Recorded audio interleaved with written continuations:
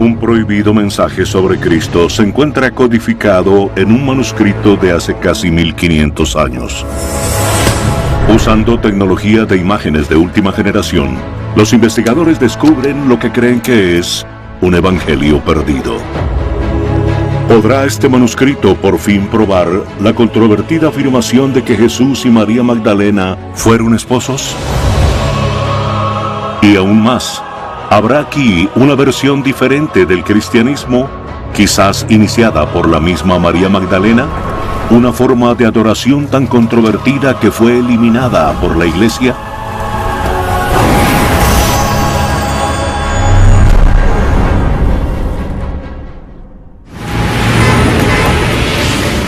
En la sección de manuscritos desconocidos de la Biblioteca Británica se encuentra la pieza número 17202. Emocionante, sí. Parece que fue escrito en... A primera vista, el libro parece ser la elaboración de una historia del libro bíblico del Génesis, el encuentro del patriarca José con una mujer egipcia llamada Asenet. Pero el texto está lleno de misteriosos símbolos no descifrados que durante siglos han dejado perplejos a los eruditos.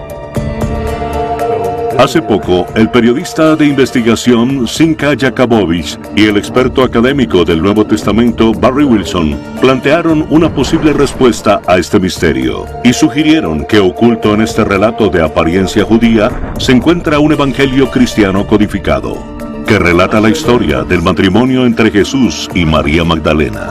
Al principio esta puede parecer una conclusión delirante, pero este es un texto misterioso, y cuanto más lo estudiamos, más nos damos cuenta de que oculta más de lo que parece.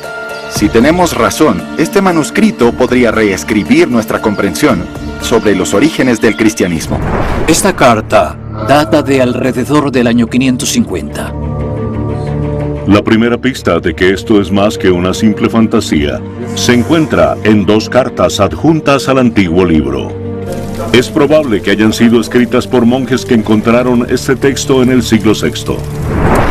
Las cartas afirman que el manuscrito contiene un peligroso mensaje codificado sobre nuestro Señor, nuestro Dios, que se hizo carne. Pero justo cuando el significado del texto está a punto de ser revelado, una de las cartas parece haber sido cortada a propósito. Parece que quien quiera que haya sido el posterior propietario de este libro seleccionó la página en este lugar, quizás como forma de objetar el contenido del mismo. Un momento. No es deterioro por agua. No. Esto fue censurado. Eso parece, sí. ¿Fue la carta cortada por accidente? ¿O alguien usó un cuchillo en este documento antiguo para ocultar el verdadero significado del texto? Para responder a estos interrogantes, el equipo recurre a expertos en imágenes espectrales que utilizan tecnologías de vanguardia para verificar si el manuscrito del siglo VI, escrito en el antiguo idioma siriaco, fue censurado de forma deliberada. Bueno, estamos listos. Empecemos. Esta tecnología utiliza 12 longitudes de onda de luz diferentes para capturar imágenes detalladas de documentos antiguos. El trabajo llevará semanas. Vamos a generar imágenes con una luz que no es visible para el ojo humano. Luego, procesaremos estas imágenes para revelar todo lo que podamos del texto que ha sido oscurecido o borrado. En apariencia, la historia luce como una versión inocente de un pasaje bíblico. Comienza con el personaje bíblico de José cuando entra en un patio en una carroza tirada por 4 caballos y escoltado por 12 hombres. De inmediato, Asenet, una hermosa virgen que vive en una torre, lo observa. Es una sacerdotisa pagana atendida por 7 vírgenes vestales. Asenet corre hacia José y le declara su amor eterno. Pero él la rechaza, diciendo que un hombre que adora al único Dios verdadero no puede casarse con una mujer que se inclina ante los ídolos. Al leer el texto, no se puede evitar el asombro por una frase inusual. José es llamado el Hijo de Dios, un título que en el Nuevo Testamento es reservado solo para Jesús. Y aún hay más. Asenet vive en una torre, algo asociado en la Biblia cristiana solo con una mujer en particular, María Magdalena. Su nombre en hebreo original significa literalmente María de la Torre. ¿Será que este José es Jesús? ¿Será que Asenet es María Magdalena? ¿Será todo parte de un código? ¿O todo esto es sacado de una película de aventuras? Es una manera de presentar una cosa mientras que en realidad se quiere decir otra. Y para los cristianos, la Biblia está llena de este tipo de metáforas. Cuando hablamos de José, cuando los cristianos leen estos pasajes, en realidad piensan en Cristo y los ven como símbolos o metáforas de Jesús. ¿Por qué los primeros cristianos escribían en código? ¿Para ocultar algo? Los mensajes no eran tan directos. A Roma le decían Babilonia. Decían la caída de Babilonia. ¿Qué querían decir con eso? Es un código. Decían que alguien tenía el número 666. Ese es un código aún más difícil de descifrar, pero es posible hacerlo. Hace referencia a Nerón. Justo al principio del cristianismo, no era necesario escribir en código. Después de la crucifixión de Jesús, sus seguidores se dividieron en varios grupos, muchos con sus propios evangelios. En el siglo IV, con la conversión del emperador Constantino, el imperio romano pagano pasó de repudiar el cristianismo a adoptar la nueva religión, pero solo una versión de ella, la enseñada por el apóstol Pablo. Todos los demás evangelios debieron pasar a la clandestinidad o ser reducidos a cenizas. En el siglo IV, el arzobispo de Egipto, Atanasio, envió una carta a los cristianos de todo Egipto diciéndoles: quiero que os deshagáis de esos evangelios secretos que tanto os gustan. Dijo que solo 27 de ellos eran los verdaderos y enumeró los que ahora están en el Nuevo Testamento y les dijo que se deshicieran del resto. Pero no todos esos otros evangelios fueron destruidos. Hace varias décadas se encontró en Egipto un antiguo papiro. En solo 33 palabras hay un explosivo mensaje escrito en copto. La declaración dice de forma explícita que Jesús tuvo una esposa. Muchos eruditos lo ven como un fragmento de un evangelio que sobrevivió y que revelaba que Jesús y María Magdalena estaban casados. ¿Será posible que José y Asenet sea la historia completa y herética del mensaje encontrado en el papiro? ¿Será por eso que el documento pudo haber sido cortado de forma deliberada?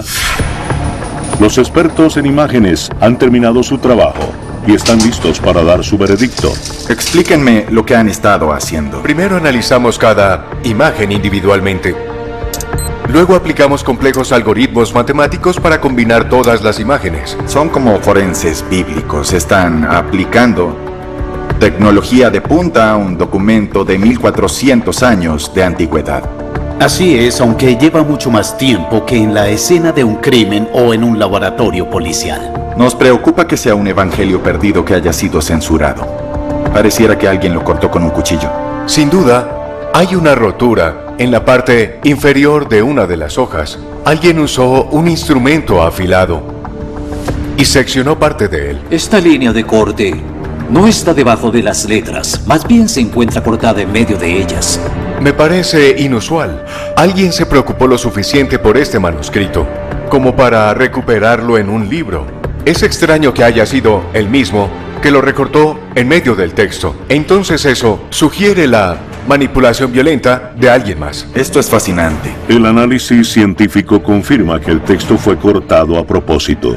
Lo habrán hecho porque el manuscrito contaba la historia del matrimonio entre Jesús y María Magdalena. Si es así, ¿cuáles son las implicaciones para el cristianismo? El periodista de investigación Zinka Jakabowicz y el profesor Barry Wilson sospechan que un antiguo libro que cuenta la historia de amor del José bíblico y su esposa Asenet es en realidad un evangelio codificado que describe el matrimonio de Jesús y María Magdalena. Para descifrar el código, el equipo utiliza tecnología de última generación, empleando imágenes de alta resolución para reconstruir las palabras que faltan, revelando por primera vez la historia original tal como fue escrita hace casi 1500 años. Cinca y Barry saben bien que para investigar a profundidad este texto, deben examinar cada detalle de este libro antiguo. Pero para hacerlo, necesitan una copia exacta del frágil libro original, que no puede salir de la Biblioteca Británica. Solicitan la ayuda del maestro de utilería Walter Klassen, usando imágenes de alta resolución. Klassen hace una réplica idéntica. Ahora pueden escudriñar la historia justo como fue escrita hace 1500 años. En el texto, José, llamado el Hijo de Dios, llega desde el este, montado en una carroza tirada por caballos blancos. Sostiene un cetro en su mano y 12 rayos dorados brillan desde su corona. Asenath de inmediato se enamora de él. Sin embargo, José la rechaza con crueldad por ser una sacerdotisa pagana.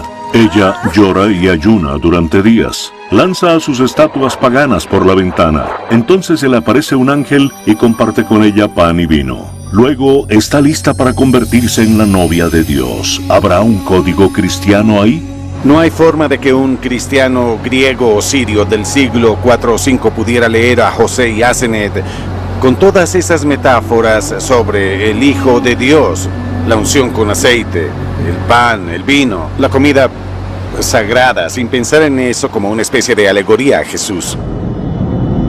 Aunque sea sorprendente, parece que además de los claros símbolos cristianos, el texto también contiene símbolos paganos.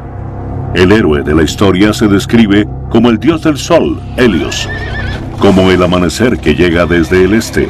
Tiene rayos saliendo de su cabeza, sostiene un cetro y monta un carruaje. Si este es un texto cristiano como creen Cinca y Barry, puede estar sugiriendo que los primeros seguidores de Jesús vieron a Jesús como la encarnación del Dios que ellos entendían, el Dios del Sol, Helios. ¿Habrá evidencia arqueológica en Galilea que apoye la idea de Jesús como Helios? Cinca recuerda que hay un sitio arqueológico galileo que contiene la misma misteriosa combinación de símbolos cristianos, judíos y paganos sin descifrar. ¿Puede haber sido este un lugar de culto para la comunidad que escribió José y Asenath? Este es el más antiguo de todos los pisos de mosaico de zodiaco que tenemos. Bueno, lo que me gustaría hacer... ¿Alguien puede darme una botella de agua? Toma. Analicemos por un momento lo que tenemos aquí. Sí, vamos a hacerlo. Trato de darle vida. ¿Pertenecía esta casa de culto a los judeocristianos? ¿Los seguidores galileos originales de Jesús y María Magdalena? ¿Contendrá este mosaico la clave de sus antiguas creencias? Vemos aquí en el centro al dios Sol Helios, con los rayos del sol. Tiene el halo y tiene los rayos. Sí, tiene un halo. ¿No se relacionó esta imagen con la de Jesús? Yo creo que sí. Además, esto está Sí, frente claro. De hecho, al sol de la mañana, al sol del amanecer. ¿Qué hay de la iglesia? Todas las iglesias están orientadas hacia el este. Entonces, esto no es una sinagoga judía, esto es... No es, sin duda no es. Pero, ¿sabes? Al mismo tiempo, aquí está esto, que es el templo. Y están todos estos símbolos judíos tradicionales. Sí. Entonces puede que aquí estemos ante uno de esos cultos secretos que existían en ese momento. Es posible, sí. Quien quiera que haya realizado este mosaico, lo hizo orientado lejos de Jerusalén. Tiene una imagen en el medio. El sol está en el centro, sin duda. El sol está en el centro, no es judaico.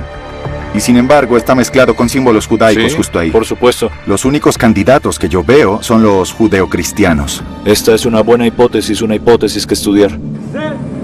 Los judeocristianos fueron los primeros seguidores de Jesús. Como él, eran judíos que se habían alejado de las creencias judías tradicionales. Adoptaron las enseñanzas de Jesús y crearon una nueva fe que era un híbrido de ideas judías, paganas y cristianas. Según algunas de las primeras versiones del cristianismo, María había desempeñado un papel importante en la creación de esta nueva religión. Pero si todo esto es cierto, y está de verdad Jesús representado como el Dios Sol, ¿dónde está María Magdalena? Y si ella fuera retratada aquí, ¿cómo sería representada? ¿Fue ella la prostituta reformada de la tradición cristiana? ¿O fue la compañera de Jesús, la novia de Dios? En busca de la verdadera María Magdalena, Cinca y Barry van a su ciudad natal Magdala, la ciudad de la Torre, donde se lleva a cabo una gran excavación arqueológica. María Magdalena cobra vida al igual que su ciudad natal. Detrás de mí están excavando un mercado. Las personas que vivían aquí venían de orígenes diferentes: judíos, griegos, romanos, sirofenicios. Y justo detrás del mercado está el mar de Galilea. Esta es una ciudad que no se menciona sino en registros antiguos. Pero la ciudad misma, con sus caminos, sus casas, su sinagoga, su torre, todo está emergiendo aquí ante nuestros ojos. Para nuestra sorpresa, lo que está surgiendo es un pueblo galileo con una población diversa y una mezcla de creencias religiosas representada por sinagogas y torres, donde rabinos y sacerdotisas fenicias dirigían sus congregaciones. El texto que tenemos y la arqueología que está emergiendo aquí encajan a la perfección. Según nuestro manuscrito, María Magdalena era sacerdotisa, así que no era judía. Era gentil. Si Cinca y Barry tienen razón, y la evidencia textual y arqueológica sugiere que María Magdalena fue una sacerdotisa fenicia que se casó con Jesús de Nazaret, ¿cómo pudo Jesús, a quien se hace referencia en los evangelios como un rabino judío, romper la ley estricta de su tiempo y casarse fuera de su fe? La respuesta puede estar relacionada con uno de los secretos mejor guardados del cristianismo: la familia de Jesús. El periodista de investigación Cinca Jakabowicz y el profesor Barry Wilson creen que un oscuro relato de un romance del siglo VI es en realidad un evangelio perdido que cuenta la historia del matrimonio de Jesús con una sacerdotisa fenicia, María Magdalena. Pero si su interpretación del texto antiguo resultara ser cierta, ¿por qué Jesús se casaría fuera de su fe, en un momento en que se sabe que estaba sujeto a las estrictas leyes judías? El profesor James Tabor cree que Jesús se casó con una mujer no judía porque tenía que hacerlo. Cuando se dice que Jesús estuvo casado o no lo estuvo, el lenguaje se torna un poco complejo, porque él tiene el tema de la paternidad como un aspecto importante de su vida. El dogma fundamental de la fe cristiana es la Inmaculada Concepción y el nacimiento virginal. Pero en la Judea del siglo I, cualquier duda sobre la paternidad hubiera colocado a Jesús en la categoría de un mamzer, palabra hebrea para un hijo ilegítimo. De acuerdo con la ley judía, cualquier niño nacido de una mujer judía embarazada de alguien que no fuera su esposo, incluso Dios, sería considerado un mamzer y solo podría casarse con un no judío. Pero ¿existe alguna evidencia histórica que sugiera que en su vida algunas personas hayan considerado a Jesús un mamzer? El profesor James Tabor cree que existe tal evidencia en los antiguos textos del escritor pagano Celso e incluso en el Talmud rabínico. No es cierto que tu madre quedó embarazada de un soldado romano llamado Pantera, y su marido el carpintero la repudió y la condenó por adulterio. El nombre Pantera también aparece en el Talmud de Jerusalén. La tradición talmúdica por lo general se refiere a él como Jesús, el hijo de Pantera. El Evangelio perdido hace referencia a rumores de que el Hijo de Dios tenía un padre fenicio, no romano. Si combinamos este dato con las fuentes paganas y rabínicas que afirman que el padre de Jesús era un soldado romano llamado Pantera, entonces tenemos que hacernos la pregunta: ¿será posible que el texto sugiera que el padre biológico de Jesús era tanto un fenicio como un soldado romano? Después de todo, era una práctica común en los pueblos conquistados como los fenicios, que vivían justo al norte de Galilea y en la propia Galilea, que se incorporaran al ejército romano. Durante años, la gente pensó que ese soldado romano nunca existió. Pero un importante descubrimiento, realizado en los límites exteriores del Imperio Romano en Alemania, puede arrojar nueva luz sobre la identidad de Pantera. Cinca y el profesor Tabor van a Alemania, donde se exhibe la lápida de un soldado romano llamado Pantera. Entonces esta es.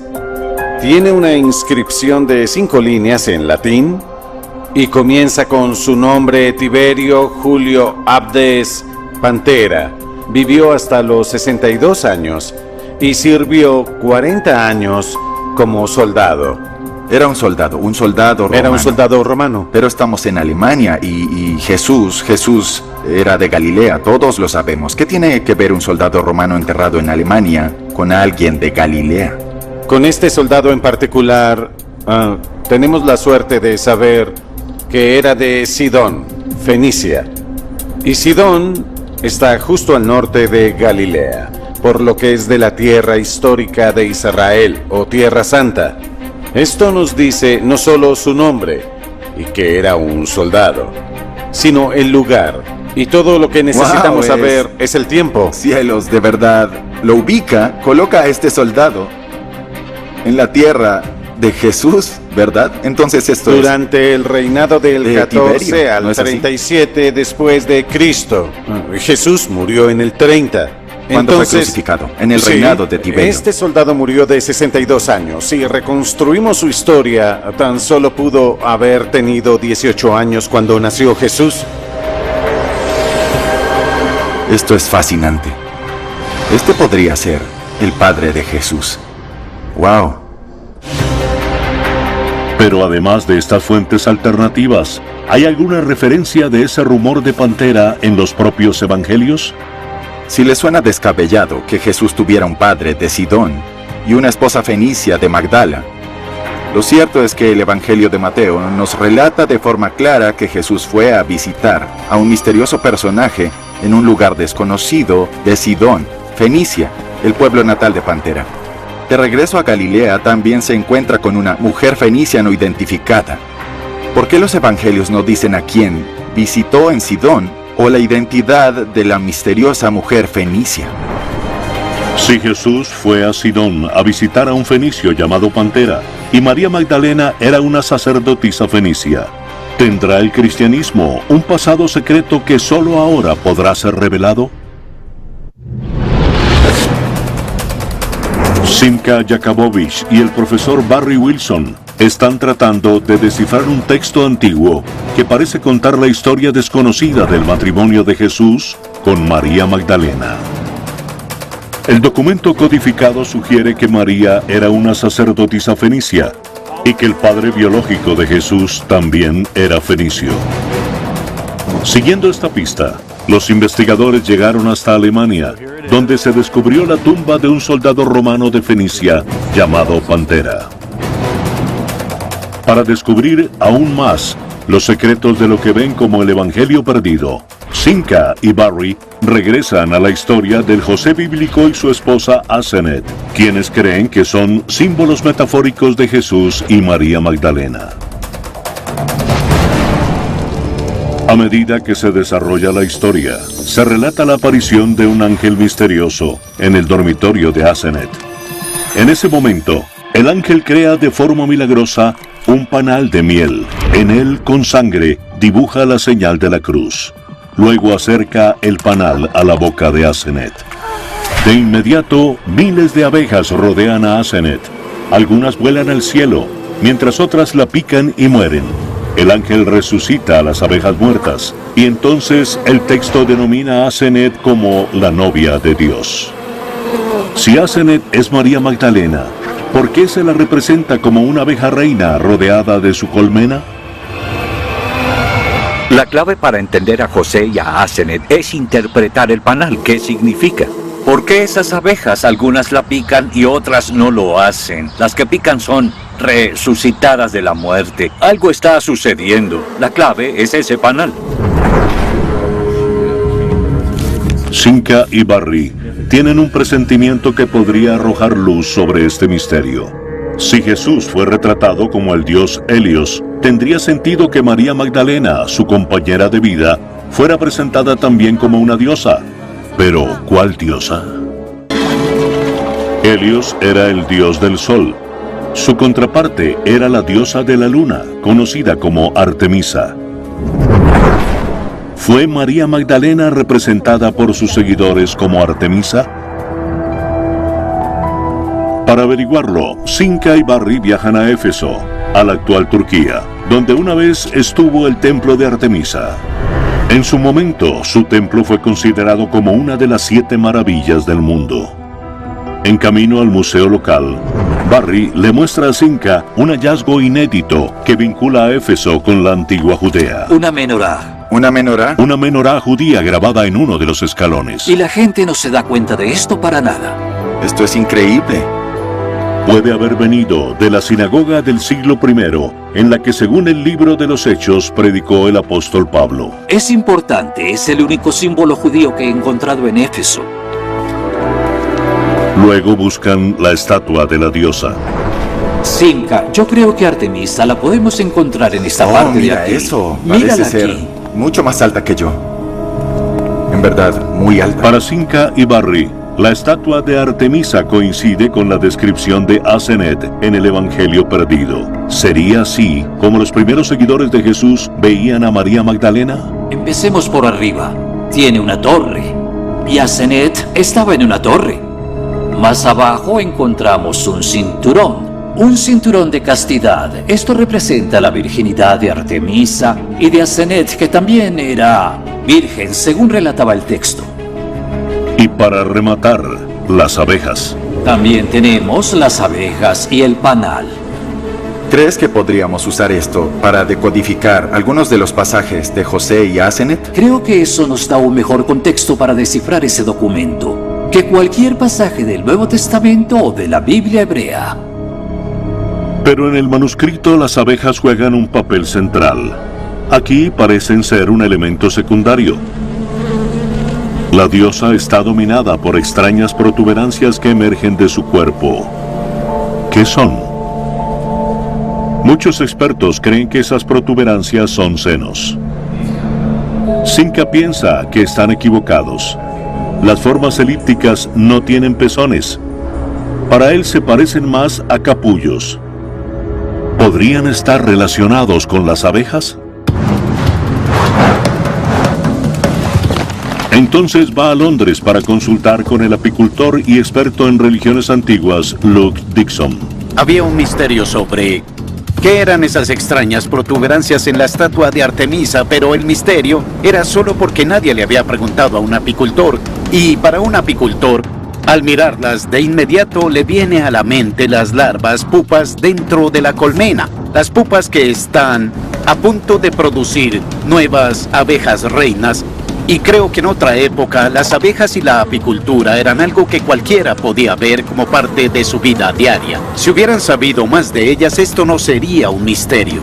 Representan celdas de reina.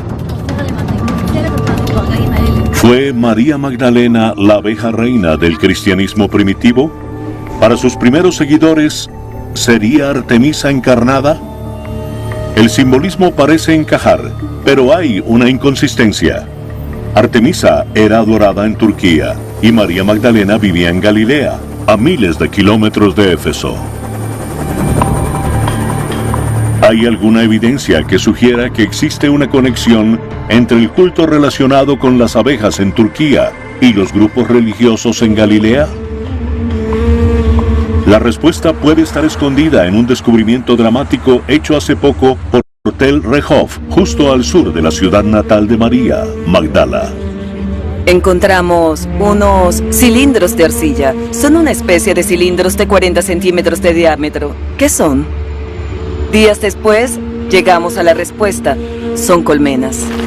En pocas palabras, estamos viendo una colmena de 3000 años. Y es la única así, nunca antes, encontrada en el mundo. Al igual que en Turquía, las colmenas de Tel Rehov estaban relacionadas con los altares, con objetos utilizados en rituales religiosos. Fueron encontrados con figurillas femeninas, versiones locales de Artemisa. Pero eso no es todo. Resulta que Tel Rehov esconde otro secreto que contar. Dentro de uno de estos cilindros encontraste un panal y partes de abejas. Sí. Increíble. Para conseguir la mayor información de este hallazgo sin precedentes, los arqueólogos consultan al zoólogo, el Dr. Guy Block, para que examine los restos de abejas antiguas. Junto con el nanocientífico, el Dr. Vitaly Godkin, Block analiza estos restos únicos de abejas con un microscopio electrónico de barrido que aumenta las imágenes hasta 500.000 veces. Tenemos bastantes restos, pero la mayoría están fragmentados o deteriorados. Trabajan durante horas, estudiando las abejas bajo el microscopio. Esto parece parte del ala y de hecho podemos ver aquí las venas. Vaya. Incluso logran identificar un ala completa. Se ha mantenido intacta durante miles de años. Al analizarla, pueden identificar las especies específicas de estas abejas. Para nuestro asombro, estas son abejas de Anatolia que se encuentran en Turquía. De forma asombrosa, la ciencia ha encontrado un posible vínculo entre las colmenas de Tel Rehov y el culto relacionado con las abejas en Turquía. ¿Serán abejas sagradas importadas con fines religiosos? Dado que este tipo de abejas no son autóctonas de Israel, parecen respaldar la sospecha de Zinka y Barry de que las abejas del manuscrito se incluyeron en la historia para crear una analogía entre María Magdalena y la diosa de Éfeso. ¿Será posible que los primeros seguidores de Jesús lo vieran como el dios Sol Helios y vieran a María Magdalena, su esposa, como la diosa de la luna, Artemisa? Si es así, ¿qué pudo significar el matrimonio entre el Sol y la Luna para los primeros cristianos? ¿Podrá este libro, escrito en siríaco antiguo, ser un evangelio perdido que cuenta la historia de amor de Jesús y María Magdalena? El texto decodificado parece sugerir que estuvieron casados y que sus primeros seguidores combinaron prácticas judías, paganas y cristianas en su culto. Presentó a Jesús como el dios Sol Helios y a María Magdalena como la diosa luna Artemisa. El texto destaca el profundo afecto de la pareja, del uno por el otro. Afirma que de su unión resultaron 2 hijos. Si esta es la verdad de la historia de Jesús y María Magdalena, ¿por qué es tan diferente a la versión tradicional contada por la Iglesia? En los evangelios nunca se menciona que Jesús estuviera casado, porque cuando se escribieron los evangelios había una desexualización de las figuras principales. Primero, la madre, el mismo Jesús, y sin duda si tuvo una esposa, también su esposa, porque existe la idea de que estas figuras son tan sagradas y tan celestiales, tan alejadas de lo mundano, que la misma idea de que participaran en actos sexuales se vuelve algo impensable. El Evangelio perdido parece ser lo que los eruditos llaman un texto gnóstico. En su mayor parte, los gnósticos eran cristianos que creían que Jesús y María Magdalena eran una pareja y que el aspecto más importante de su enseñanza era modelar un matrimonio perfecto. Los gnósticos imitaban este matrimonio perfecto a través de un ritual que también se menciona en este texto llamado la cámara nupcial. Los gnósticos no fueron un grupo marginal o tardío. De hecho, parece que la arqueología cristiana más antigua en Roma es gnóstica y parece atestiguar algún tipo de ritual sexual. Gregory Snyder ha pasado décadas estudiando el cristianismo antiguo. Con la ayuda del animador Tom Hillman, está reuniendo una de las primeras inscripciones de Roma. Data del siglo II y parece revelar prácticas gnósticas relacionadas con el ritual de la cámara nupcial. Estas son formas clásicas de estas letras griegas. Se puede afirmar que es una de las inscripciones más antiguas, no hay duda de eso. La reconstrucción de esta primera línea es lutra, que es la palabra para baños. Lutra de moi, bastón, daido, cusin, sun aldefoy. A mis baños, los hermanos de las cámaras nupciales me llevan con antorchas. ¿Y eso en realidad qué significa? La cámara nupcial puede ser un ritual real que pudo haberse celebrado quizás después del bautismo, la Eucaristía, la crismación, la unción con aceite. También tenemos un comentario del obispo Ireneo que dice que un maestro valentiniano de nombre Marco acostumbraba a organizar estos rituales de la cámara nupcial. Ireneo dice que hizo estos rituales de la cámara con seguidoras femeninas, como una forma de establecer una especie de cámara nupcial de interacción con ellas, de una forma lujuriosa. ¿Será posible que los primeros cristianos no celebraran la vida célibe de Jesús, sino su unión física con María Magdalena? ¿Habrá alguna evidencia arqueológica de un movimiento cristiano primitivo que creía en el matrimonio sagrado? Aunque parezca mentira, puede haberlo. El periodista de investigación Zinka Jakabowicz y el profesor Barry Wilson se han embarcado en una búsqueda para encontrar a Jesús y María Magdalena dentro de los códigos cristianos incrustados en un texto antiguo, olvidado en la Biblioteca Británica. La investigación comenzó con el hallazgo de 2 cartas del siglo VI que se cree que fueron escritas por monjes que afirmaban que el texto guardaba un significado secreto sobre el Señor. Justo cuando el autor original de las cartas estaba a punto de revelar el mensaje secreto del texto, alguien cortó la carta con un cuchillo. Más de 1000 años después, Zinka y Barry deciden descifrar el manuscrito censurado. En el texto, el patriarca bíblico José parece ser una alegoría de Jesús. Su esposa, Asenet, parece ser un símbolo de María Magdalena. Barry y Zinka creen que una vez que se descifre el código, el texto se revelará como un evangelio perdido. Presenta a Jesús casado con María Magdalena, quien resulta haber sido en realidad una sacerdotisa pagana. Al parecer, algunos de sus primeros discípulos la llamaban la novia de Dios. La historia representa a Jesús como el dios del sol, Helios, y a María Magdalena como la diosa de la luna, Artemisa. Al parecer, al comienzo del cristianismo, tanto Jesús como María eran considerados divinos y su matrimonio sagrado. El texto sugiere además que para algunos cristianos primitivos, la comunión implicaba comer pan, beber vino y participar en el ritual secreto de la cámara nupcial. Es difícil para nosotros concebir un cristianismo que incluya un matrimonio sagrado, pero recuerden que en el mundo antiguo, en Egipto por ejemplo, el bienestar del reino dependía de la vida amorosa del faraón y su esposa. La fertilidad de la tierra dependía de lo que ocurría en la alcoba real. ¿Por qué? Porque no eran como nosotros. Para los egipcios sus gobernantes eran dioses y diosas.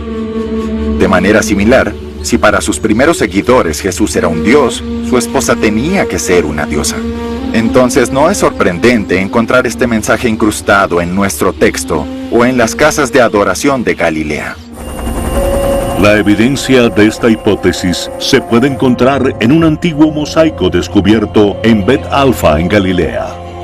Este sitio, que al principio se creía que era una sinagoga judía, contiene la misma combinación de enigmáticos símbolos judíos, cristianos y paganos que se encuentran en el sitio arqueológico de Hamat Tiberíades y en el Evangelio perdido. En el centro hay una imagen del dios Sol, Helios. La representación de Jesús como Helios montado en su carruaje por el cielo coincide con nuestro manuscrito. También encaja con una de las primeras representaciones de Jesús debajo del Vaticano, en el corazón de la cristiandad católica. Zinka y Barry creen que la luna en el mosaico de Bet Alfa representa a María Magdalena, la esposa de Jesús. retratada como la diosa Artemisa. Pero sin duda, esa evidencia está abierta a interpretaciones. No hay una mujer, y menos una diosa en los mosaicos. Pero sí existe. Cinca está decidido a encontrar la evidencia arqueológica que represente el matrimonio sagrado de Jesús y María Magdalena, como se describe en el Evangelio perdido. La pista que buscaba llega cuando recibe una llamada telefónica de la Autoridad de Antigüedades de Israel, diciéndole que las lluvias dejaron al descubierto un mosaico antiguo en Bet Sha'an. Este sitio, que no está abierto al público, había estado cubierto por arena desde la década de 1930. A diferencia de otros mosaicos galileanos, este se encuentra en un claro contexto cristiano, un monasterio del siglo VI. Cinca llega al sitio y descubre una imagen impactante. Como en el Evangelio perdido, Jesús y María Magdalena están juntos, en el centro de un círculo parecido al zodíaco. Están representados como el Sol y la Luna. Después de una mirada más cercana, Cinca descubre que los 12 personajes representados alrededor de las figuras centrales no son signos del zodíaco, como en los otros mosaicos galileanos, sino 12 hombres. Bueno, hay 12 hombres. No son 12 hombres y mujeres. Ni siquiera hay signos zodiacales aquí. Hay 13 hombres en total. Un hombre en el centro y 12 hombres alrededor. Esta es una iglesia. Si le preguntas a cualquiera que sepa de religión, si hay un hombre rodeado de otros 12 hombres, ¿de quién hablamos? No creo que haya un niño de escuela cristiana que no diga Jesús y sus 12 discípulos. Una inscripción encontrada en el sitio deja claro que esta iglesia lleva el nombre de María, pero no la llama la Virgen, que siempre se representa en el arte cristiano sosteniendo a Jesús como un bebé o llorando sobre su cuerpo después de la crucifixión. Aquí María es representada como una igual de Jesús. Para asombro de todos, la inscripción del mosaico la llama la fundadora de la iglesia. ¿Fue María Magdalena la fundadora del cristianismo? ¿La consideraban la compañera divina de Jesús? ¿Habrán los primeros cristianos echado su historia a las llamas? Es el manuscrito de la Biblioteca Británica, un evangelio perdido, que abre la puerta a una historia oculta que solo ahora se puede explorar. Este antiguo texto condujo a Cinca a esta inscripción en el mosaico, que tiene una revelación más sorprendente para compartir. Insinúa que María está enterrada aquí con un hijo llamado Máximo. Este cementerio adyacente a la iglesia nunca ha sido excavado a cabalidad. ¿Qué secretos guardará?